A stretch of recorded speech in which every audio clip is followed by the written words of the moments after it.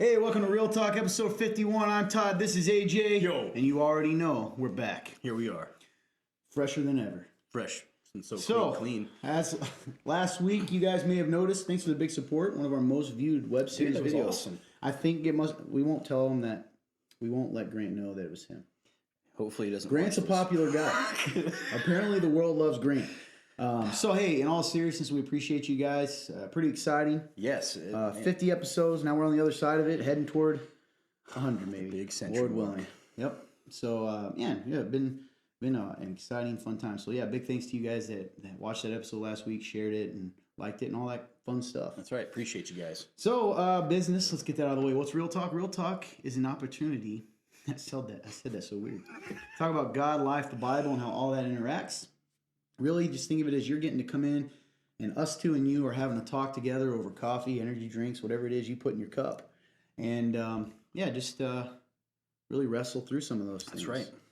So, up above, you'll see a link, www.theremnant.life/real-talk. You click that link, it's going to pull up a web page. You do it right from your phone. It'll say submit a question, hit it, and it'll pull up a little form fillable box. Type your question, hit submit, and it goes into a database completely anonymously. Couldn't find you if we tried. And we have. Yep. So it can also be topical. So if it's not just a question, maybe you have a topic, something you want to, have us chop it up about. That's right. Slice and dice. That's what we're about. Oh, I did this. Yes. So that's the gist of it. You can interact with us below. We read all those. That's right. Always looking at comments. Please feel free to interact. So let's just get this out of the way now, because in case people are watching this, my eye keeps twitching. Your eye. Oh, that's right. You My mentioned right this. eye, right before we came on, and it's doing it again. And also, have you ever had these moments where you feel like you're in a dream world? Dude, yes. Because I feel a mixture of I'm going to pass out combined with, is this real? So if I seem off today, it's because I am. This makes sense, dude. Because remember the time I passed out when I was playing basketball with Brandon? Dude, that's the first time I ever passed out, and that's kind of what it felt like. It felt like I was in the process of passing out, so I'm like, I think I'm passing out. And then also, it did feel like a dream world. It didn't feel real. And then I woke up, and I was on my face with the water bottle underneath me. It was terrifying. A hilarious story. It's hilarious. However, because I am about to pass out, I can't laugh the same I normally would. So, hey, if my head drops, We're going to keep going. No, we're going to keep going. So I don't know what's going on with me, but I just want to get that out of the way because I know people are going to go, man, why does Todd keep rubbing his eye or twitching or whatever? I think part of it could be, and I'm going to open myself up to a world of criticism here. Yesterday is my one day off, as you know this, really. And I did not really have any caffeine. I had a little tiny bit at the end of the day. Yeah. One, I don't think I need as much as I think I do. That's fair. Well, I mean, unless I want to be fun. But, so today, on the other hand, I had, well, not a lot compared to the life we've lived in the past. Oh, man. But I've had one energy drink from the local nutrition store. And then I had another, I'm working on that. And then This is my brain second juice. That's right, and I had a brain juice. They don't know. We're hoping brain juice. We're in talks with brain juice. That's so to crazy. see, to me. man. What about this? Didn't we? Hot sauce? Yes. It's coming from England. Really? From See, England. Hey, we're going to give you a shout out in case you're watching. But yeah, we got a little, I guess you say sponsorship from a hot sauce company in England. What? So they're going to be sending us some of their hot sauce. That is so I sweet. believe it's called Chili Mafia. That I just gave them sounds some free awesome. stuff. Nice. Chili Mafia. Hey, if your stuff doesn't come in, we're erasing this. I'm just kidding. But in all seriousness, yeah. So, brain juice, what is it? It sounds crazy. I'm not going to tell you anything about it until they get a hold of us. That's But right. long story short, it's created something in my head. Intern Clint's freaking out. He doesn't know what's happening. He's typing 911. So this episode started out well. I love it, man. Yeah. So we like to start our episodes out by kind of just catching people up. And interestingly, we haven't really talked this week yet about life. So this could be good because sometimes we've already talked and then we talk again. Yeah. So we kind of started out with Justin inviting you into our lives and how life's been. So how's your week been, man? I've had a lot of, I guess, what is the term for I've had a lot of things revealed, but is there another term for that? because I almost said revelance, but I feel like that's not the word. Like you had a revelation? Like things were revealed to me. Yeah, that makes sense. Epiphany, I guess. I was thinking literally in the sense of reveal, but in a different like is there an actual different term for reveal? But it's just something. Yeah, it would be. I had a revelation. I had an epiphany. Gotcha. So maybe revelation is the word I'm looking for. Yeah. I don't know, because I was like, what is reveal? But it's still reveal, but it's just in a different way. I've given you two, and both of them you say aren't good enough. So I don't have a clue now. now we're looking this up because I don't have any idea. Is there a different term for like literal you are legitimately saying the same thing, and I've told you. I'm not because I realize I'm not. I feel like I'm not being as clear. I'm not being as clear as I can be. So discover, divulge. No, like not actual different words. I mean, like reveal, but like something was revealed to me. I've had. What are you talking about? This is great. Like you're trying to figure out how to say it in a sentence. So today I've been having a lot of revelations, which is kind of like reveal. Okay, time to look this up. That makes more sense. No, you don't believe me. No, I do believe you. I was just trying to, because like the word reveal was in my brain, but that's why I said revelance, because I was like, is revelance the right word? Maybe it's the not. word you're looking for is revelation. It is that revelation. I've said 100 times. That makes sense. Because relevance, which is close to what you tried to say, is not it at all. That's right. Yeah, because this is awesome. Revelation, a surprising and previously unknown fact, especially one that's made known in a dramatic way. I don't like that one as much. Yeah. Okay, all it continues to pull out is just revelation. Don't worry, I'm not giving up on this now. Okay. Yeah, because I want to say like, a lot has been revealed to me, but I feel like the way I was trying to say it wasn't going to make sense. Welcome to something English that's lessons. Revealed. Huh. That's literally the definition. Okay, so an act of revealing. That's a revelation. Something that is revealed. Revelation is literally the word I was looking for. Okay, so anyway, that's good. Anyways, welcome to Real Talk. This is awesome.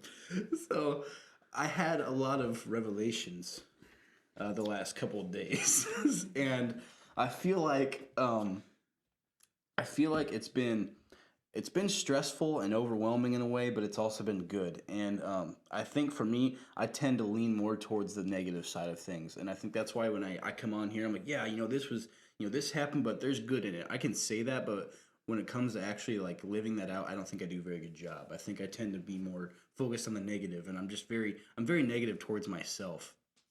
And I think I'm trying to take people's, especially you, because I talk to you about this stuff a lot. I'm trying to figure out how to apply it, like, because I know when I get into conversations and I try to talk about myself, I tend to struggle. Like, I don't know why, but there's like I wouldn't say I'm not honest, but I think for some reason, like the way my mind processes things is I have trouble getting around to the idea of what I'm trying to tell people. Does that make sense? Sure. Like, it's like a beating around the bush, but like I'm not trying to. It's weird.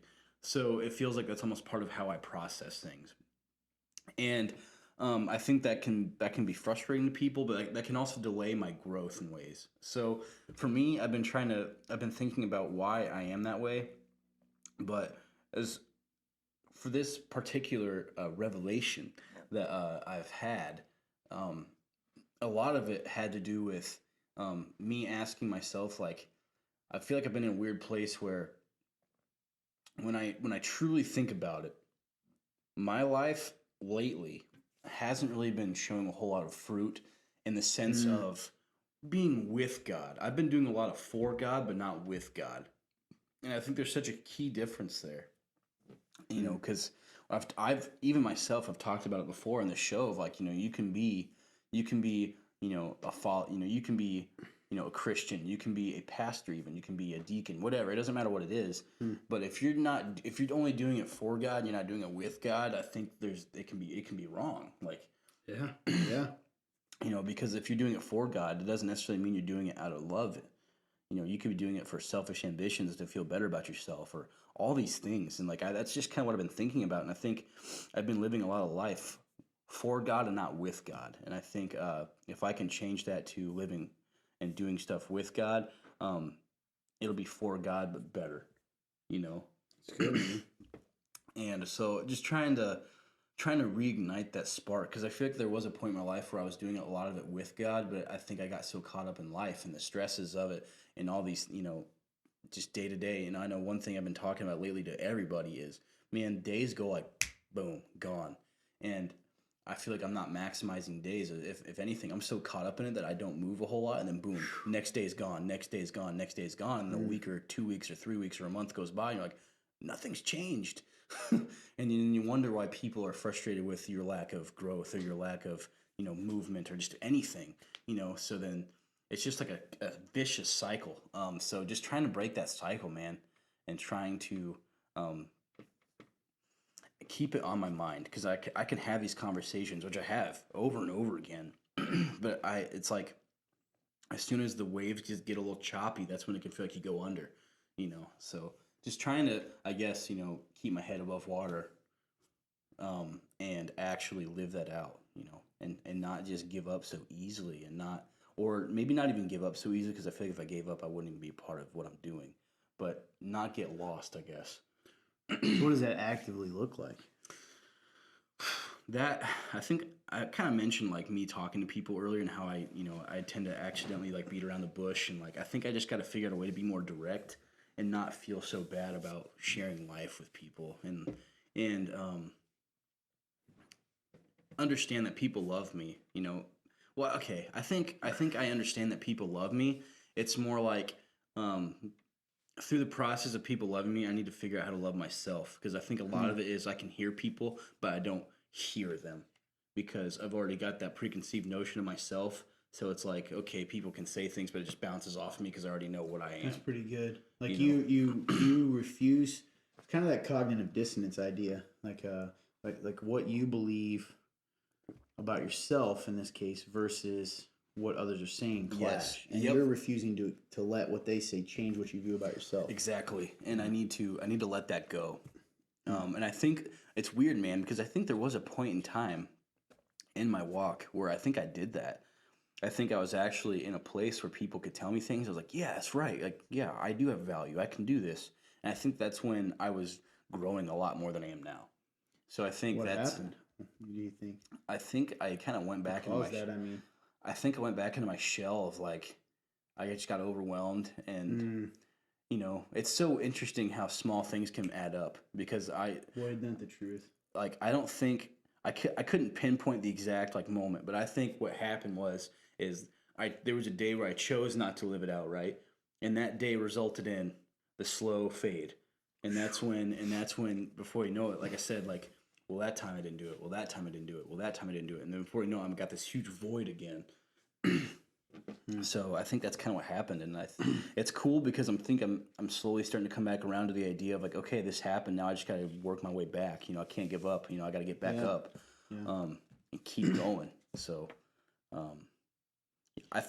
if I had to answer that, that's probably what happened. I probably had one small decision to not live it out that day, and then it just accumulated over time. And then before you know it, here I am in this weird place. Isn't it cool that God sort of always brings you back, though? He doesn't leave you there. Man, so even much though it mercy, feels like love, it, like, you have those revelations, or That's the right. Spirit's constantly saying, "Hey, I'm right here. Like, pay attention to what's happening." It's pretty neat, man. He never gives Spirit. up. Yeah. So that's just kind of where I'm at, and that's life right now. And it's so funny because I have these moments, right? Like, I know, like, at Life Group, we did I love the idea of popcorn prayer. It's so cool. We had people praying about, just the group in general, and then just our church, and I remember, in my prayer for that specific group, I said, if anything, people can walk out of this and just rejoice. And it's funny because as soon as I said that, next day it's like, dang it, like, am I rejoicing? All these things. And was I? Probably not. But it's just interesting, having moments like that, taking stuff that people say to you, but also just stuff you even say. And like, I think that's something that we can all challenge ourselves in, is like, do you actually mean what you say? Are you actually, putting your money where your mouth is? That sort of deal. Like, if you say something, are you actually truly behind it, or are you just saying it? And I think that truly defines the difference between a follower and a fan. Do you just say things, or do you actually say them, and then do you actually do them yourself? Do you live it out?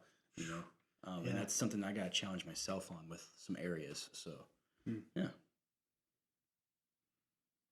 How's my week been? Yeah. How's your week been? It's been good. It's so ridiculous, man. We've been doing this for 51 weeks.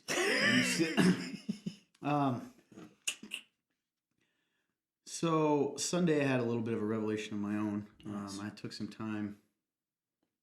So Sunday's our church day. We have service in the evening, but it's really a full day.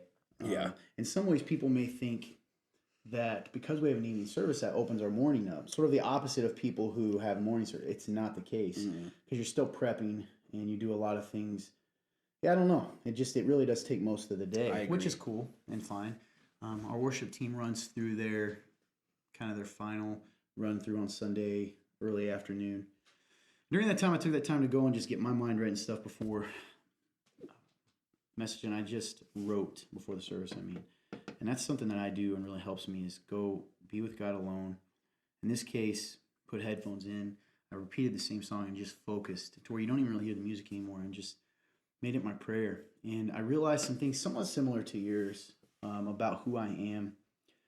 And I didn't like it. I didn't like what I was seeing in this mirror as I went to the Father. And so it starts negative and I think it ends good. What I kind of realized is, this goes with what you said even about, what you say and then doing it, right? Mm-hmm. I know where my identity is, preach about it, talk about it, encourage other people. I think I try to live out of that most of the time, but it's interesting how subtle things can happen. So,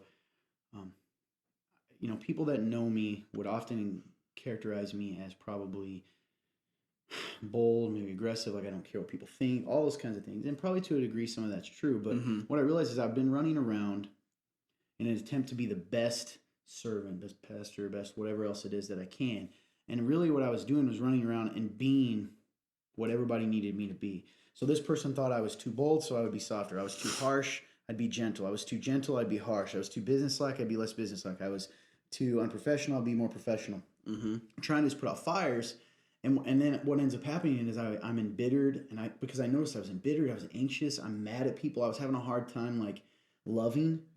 And the reason is because I wasn't being true to who God made me, and was really what it boils down to is I was taking my identity from what everyone else was telling me. So even though my identity in Christ, I would say I know who I am in Christ, and probably that is true compared to who I was even 10 years ago. Right.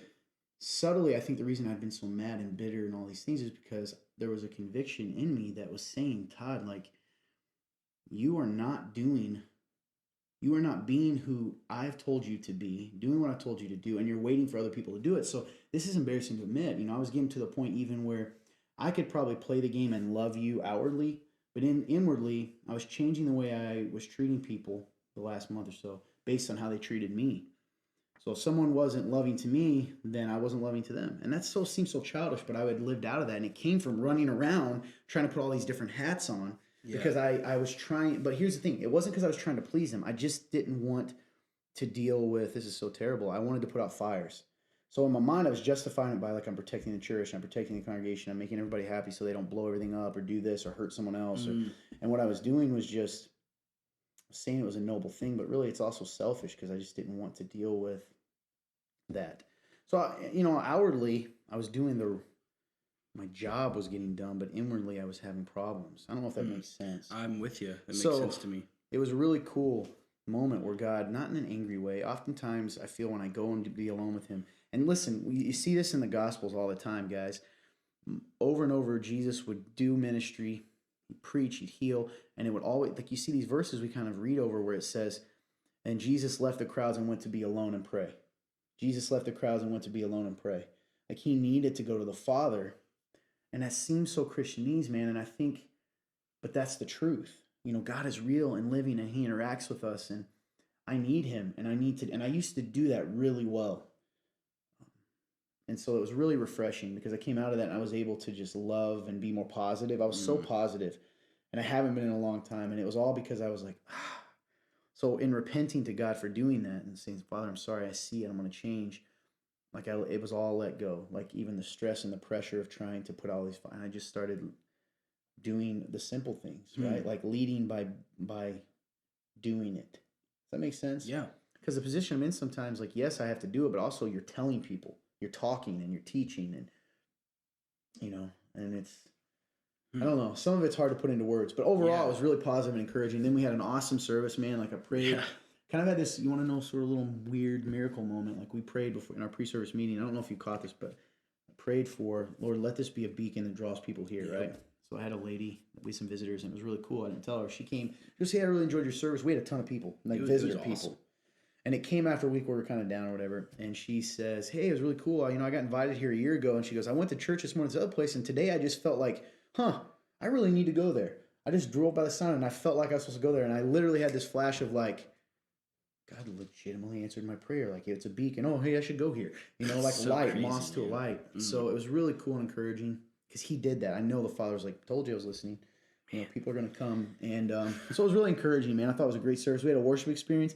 So to have a lot of visitors on a worship experience, which is a little bit of a different kind of service, is pretty cool. Oh, absolutely. So I'm almost afraid. And I also realize I'm almost afraid to be positive because I'm afraid to be let down because it feels like you've been in my life. Every time I'm like, things are great, the whole world burns. So I'm going to say it anyway. Like I'm just thankful and excited and I'm excited and energetic and motivated. That's good, man. And that all kind of goes to last week too when we were dreaming about next steps.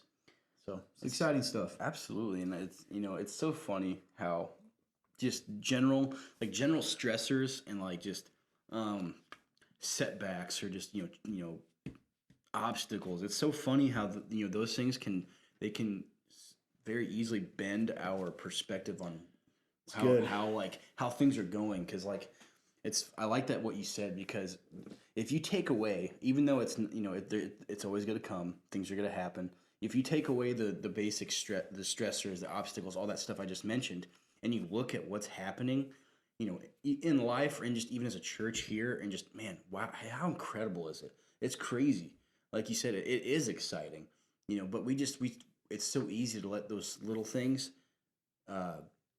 dilute what's happening. That's really good. Yeah, yes. make you forget. Speaking of, this gives me an opportunity to say something. Listen, it's not wrong to want more people to come to your church. No.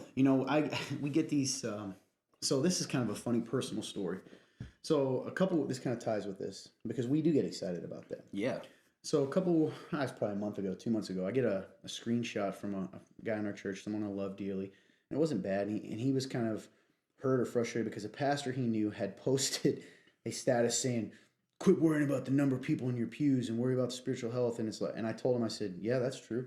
Because he was like, I feel like maybe that's a shot at me or our church because we're wanting to grow and get more people here, And I said, listen, man, what this person said is true, but that doesn't make, because of course you want that. But if you could choose between having 200 people that are on fire for the Lord or 100, what would you choose? If it was completely equal, you're going to choose more, right? Absolutely. Make disciples. So easy. So that being said, guys, of course we get excited when numbers are, but it's not because if you knew us, me, you, our church, or leader, it's not because we care about, like, we just want to make impact, man. And like we reach a lot of people. I'm so thankful for this. What is the mission? Yeah, we want to reach people and let them know the hope and like have this stuff happen to where like, man, who you are is more than what's happened to you or what, the good news of the gospel. We've been talking about that a lot.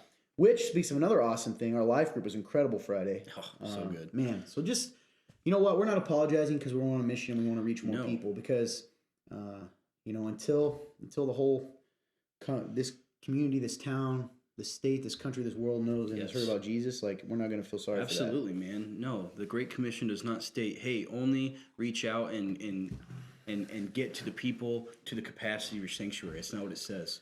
Yeah, and people, like, it's weird that in Christian culture, and I think it's jealousy and envy, man. Like, I get it. You're like, oh, these mega churches, they probably aren't even spiritually healthy. Listen, they may not be. Would you rather have them there?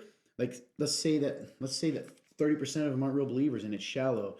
Those churches are still making an impact. Would you rather have those people there hearing the truth of the gospel so that they may someday become saved, or at a bar, or at nothing wrong with that in general. We're just saying, or at these negative places or doing these things. Like, sure, you want to give people an opportunity to hear, and I just think we're constantly tearing each other down. Yes. The church is that beacon, what you said. Yeah, man, and like we want to be that. So that's right. Hey, if you're out there and you were snooty about that, shame on you. And for those big churches out there doing work, hey, we love you and we're praying for you, man. Absolutely. That's awesome. So that being said, we'll hop into some questions here. Yeah. We got a couple. I think we have 3. Yeah. So I'll go ahead and start. Okay. And this came from our database. Why do you think it's less common? There's kind of a 2-part question. Why do you think it's less common for people to protect their Sabbaths now? Sabbath is biblical. It's like the day of rest, right? Yep. And then the second part is it important to have a whole day of rest time? So one is, why do you think it's less common for people to protect their Sabbaths? I guess in general, do you think it's less common, at least in America, for people to have a day of rest? Because I do. Yeah, I'd say so. I would agree.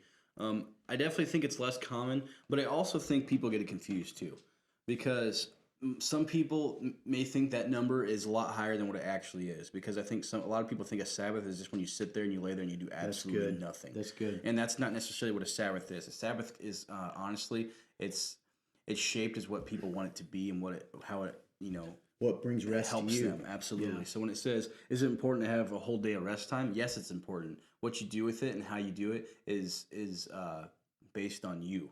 There's not an actual guide like, hey, this is exactly what a Sabbath looks like. That doesn't exist. Like, you find your rest the ways you do.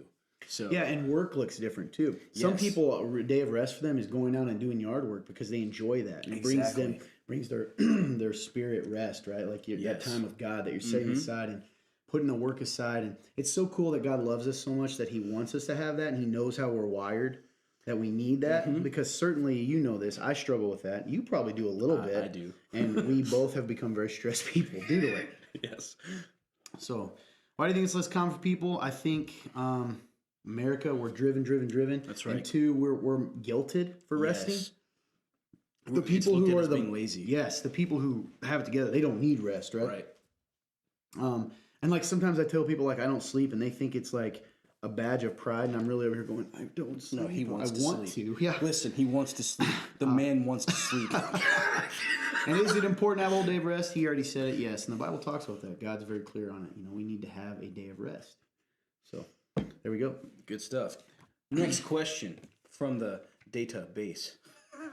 What happens to your soul and spirit when you die if you're a Christian? This is a tough question for me because I don't want to get too deep into it. The Bible does differentiate between spirit and soul. Yeah. So I'm trying to think of a way to make it, but they're also very similar because it talks about body, spirit, soul. Okay, so if you think about it this way, your spirit is like what's connected to God. So when you become saved, that's the part that knows God and becomes sanctified. Your soul is the individual who we are, right? That makes sense. So like AJ is different than Todd, and that happens in the body and soul.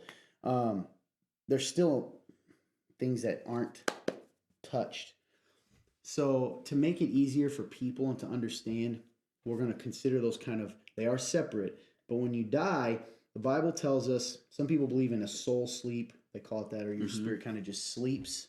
Who you are sleeps until the final time, judgment, and then you wake up and then you get resurrected. I don't believe that. I think Scripture tells us the clearest one is the thief on the cross. That's right. He repents to Jesus. He says, after mocking him earlier, same day, and then he says, leave this man alone. He's done nothing wrong. Which, how cool is it? Somehow, the way Jesus carried himself in those hours between mocking and not changed the heart of that guy and made him realize. And maybe some of the stuff happening. So the guy says, please remember me in your kingdom. And Jesus said, don't worry. Today you will be with me in paradise. Man. And to me, so when we die, we go to, if you're a Christian specifically, that makes it easier so we can stay with you. Christian, you go and you be with the Father. Yep. You be with God immediately. And then, so you're asking, the final judgment stuff, we get a new body then. But that's what you do. Your spirit, your soul, goes to be with the Father. It's wild. Goes to be with God in paradise. It's a good thing. It's so Until surreal. He remakes it all and makes it great, and we get new bodies, it'll be great. Quick side question: do you think there's a difference between when people die now and they go there when they're Christians? Do you think it's going to look different from what that is to what heaven will be, or do you think that is heaven? I think they go to heaven. Yeah. Right now, but I think what we see at the end times is heaven and earth kind of meet, right? God lives with His people here, and we come and live here in the new kingdom. That makes sense. That makes sense. So we get to go be with Him until He fixes everything here, which I think is cool. That's the way I view it. So cool. All right. Good question. Check with our intern guy. How we doing, man, on time here? He's going to quietly tell me. He gives me the thumbs up. Cool. All right, here's our question. This is I like these. These are all real, but this one's a very personal one. It says, "Will God heal our wounds and brokenness fully in this lifetime, or will we have to wait until we're in heaven to be healed completely?" What's so interesting about this question is, I think that this is so. The first thing that popped in my head when you said that was sanctification. It's a lifelong process of becoming more like Jesus. Now, in this life, since we've become so separated from God with sin and all these things, like, there's always going to be pain. There's always, because that's just what the world is right now. So I don't think it'll ever fully go away until He comes back, and that's what the Bible talks about. Every tear will be wiped away. There will be no more pain, no more suffering. So I think, in a sense, there will be until that day comes. So. That's a really good answer, man. I would agree too. So when it says wounds and brokenness, I tend to think of the things that life has given us, right? That are inside. It doesn't necessarily mean a physical scar, but they're just as deep and probably more serious. You and I both have some from different times in our life. Yeah. I have them. Mm-hmm. Here's the beautiful thing, and he said it's a process. God begins the process of healing us and restoring us and changing us, and I have been healed more. I am a more healed person today than I was when I first knew Jesus. Amen, brother. And I hope to be more healed by the time, but the full process, I think... I don't know. I think certain things probably are fully healed and certain aren't. Yes. Just because as close to fully healed as they can be. Right. They don't go away. Yeah. And, we kind of talk about, we're going to share this. This is trademarked in our minds. I always feel like it's hard. We're always going to have this like longing that we have the echoes of Eden. We sort of hear the echoes of Eden. We remember what life should be. Yep. And we know that. And we long for the day when we have that. And someday it's coming. So, yeah. But that doesn't mean you can't have hope. That doesn't mean you're going to be miserable until then. Because what God gives, and Jesus said, He goes, "I have told you these things so that in me your joy may be complete." That's right. Like we don't have to live out of those wounds. Yes. We can live out of the new life we're given and the promises of Jesus, and ask Him to continue to heal those things. Yes, and I think that's the key difference. And I think a lot of the world, and even ourselves as Christians, we get confused on is the difference between happiness and joy. Yeah. Because happiness is contingent on those feelings, but joy is above all of that, and that's what Jesus gives you. Yeah, it's pretty cool. So in a way, I guess you could say it's sort of healed, because if I know that in the future all this is going to go away, then I can I don't have to live out of the fear or the past. I can look forward to joy with. That's right. To come. You don't have to be of this world. Yeah. Just in it. Nice. I see what you did there. All right, man. Well, that was pretty good. Absolutely. Well, hey, intern, what do you think about the episode? He literally goes, he wasn't listening to it. That's why he looked at me like, "What are you asking?" Anyway, it does a good job. He's fired. I'm just kidding. Yeah, man. You have anything you want to say as we close up? Yeah. Thank you guys so much. What a cool journey it's been, man. Like, kind of like what I said earlier. I can't remember what question it was, or even if maybe it wasn't a question, but I mentioned, when you take the stressors of life and you take all the negativity that that's surrounding us in this world in your everyday life, like you see the positives and the excitement and everything, and like that includes real talk. Like you guys, I wish I could put in the words how important and how much this has meant to me, even though I don't always show it because of that negativity that tends to, overtake me, But you guys are such a key component to us in our growth, even as a church, as a ministry, all these things. Like you guys, your faithfulness has been it's been such a blessing for other people. You guys, because you watch this, because you share this, and we've reached people out of the country, Louisiana, all these different places, and man, it's so surreal. And because of you guys, that's been possible. So I'm so thankful for you, and you guys have helped me in my personal growth and my walk with Christ. So appreciate you. Thank you so much for watching and tuning in. Please like, share, comment. Awesome. Yeah, guys, and that's one thing I want to kind of touch base on. Something we tell you, we have fun here, and we talk sort of, I don't know. Hopefully it all points, but we want you to know it's all about Jesus, and it's real. And the gospel, if you're out there and you're like, what is Christianity or all that? It can seem so big and so complicated, but it really isn't. It really boils down to God loves you so much that even when we messed up and even when we made ourselves guilty before Him and have a punishment waiting, that he made a way for us to be with him again.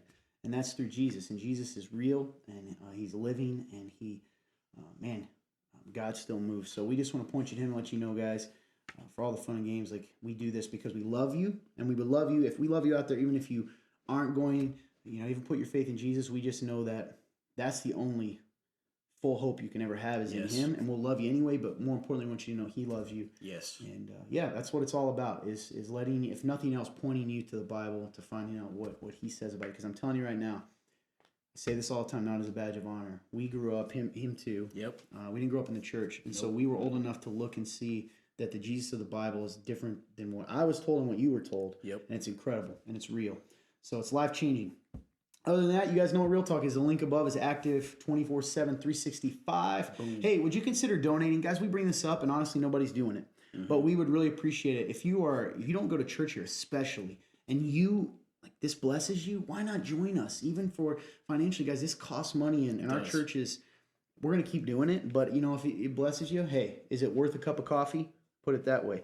You can go to www.theremnant.life/give. I can promise you this. We're not driving around in Lamborghinis or anything. Look at us. So, if you want to join us, it's completely tax deductible. You can do it from your phones. www.theremnant.life/give. It goes directly back into this. There's even in the drop-down box, you can go to Real Talk. Donate directly to the ministry. Other than that, we hope you guys have a great day. Like, share this video, comment. If you haven't liked our page and you're like, these guys are okay. Or, I really like this. Go to the Remnant Church, hit like, follow, see first. Boom. Sometimes people just follow. I don't get it. Yeah. You like us enough to see what we're doing. It's almost like they're spying over the fence, but they don't want to come in. Don't spy on us. That's okay. Well, we're okay. Regardless, we love you guys. Appreciate you. We hope to see you this Thursday at 9 o'clock for Real Talk Live. It's a wild time. That's right. Fun stuff. Other than that, we hope you guys have a great day. And I forgot to say this: we are the Remnant Church. If you don't have a church home, you need a place to go and kind of learn in a safe, loving environment about who God is, or maybe whether you're a Christian or not. Come check us out. We're in Columbia City, Indiana. We have service between 6 and 7:15, 7:30. And the cool thing is we have what we call community time, which is an hour beforehand, 5 to 6 p.m., where we just give you free food that's so good. That's like this delicious. week we had orange chicken. Oh, it was so awesome. So good. It's completely free, and we do that so we can just hang out and talk and have real community. So come check us out. Other than that, we hope you guys have a great day, and truly, God bless you.